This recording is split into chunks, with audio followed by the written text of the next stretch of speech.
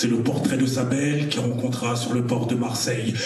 Les histoires reprennent le pouvoir au Nollywood Week Film Festival.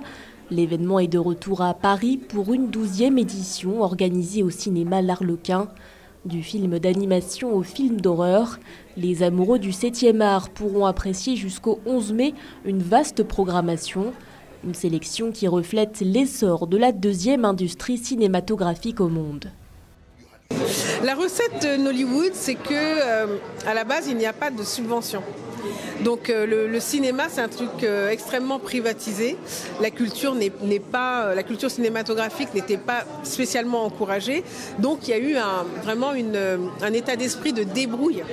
Donc les cinéastes mettaient leurs propres économies et finalement ça a créé une économie en soi qui a commencé à vivre des revenus qu'elle générait. Et du coup, beaucoup de gens ont appris. Et parfois, c'est un cinéma qui a été regardé de haut parce que c'était un peu un cinéma avec un côté bricole. Mais moi, je trouve ça super en fait que ce soit décomplexé et que finalement, ça ait créé une filière qui est aujourd'hui très puissante.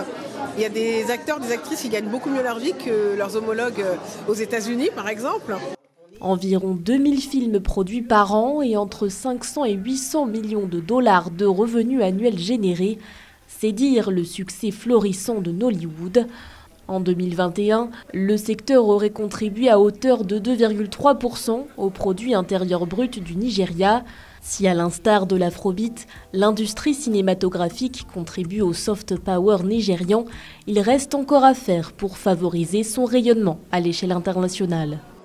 Il y a besoin d'une compréhension des enjeux de la part des dirigeants. Je pense que c'est là que le bas blesse vraiment. Parce qu'en fait, c'est pas juste une question d'argent.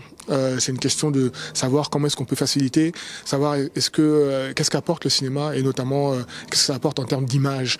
Je pense que si les leaders politiques et les gouvernants comprenaient mieux ces enjeux-là, il y aurait beaucoup plus de facilités qui seraient faites, notamment pour les tournages, etc. Donc même sans apporter de l'argent, on pourrait faire en sorte qu'il y ait un véritable essor de cette industrie. Mais c'est pas suffisamment le cas, malgré le talent qui est là, malgré toute cette énergie créatrice, etc.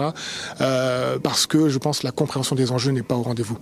Le Nollywood Week Film Festival a entamé sa 12e édition par la projection de The Legend of the Vagabond Queen of Lagos, un film réalisé par un collectif de cinéastes où s'entremêlent politique, corruption et résilience des communautés.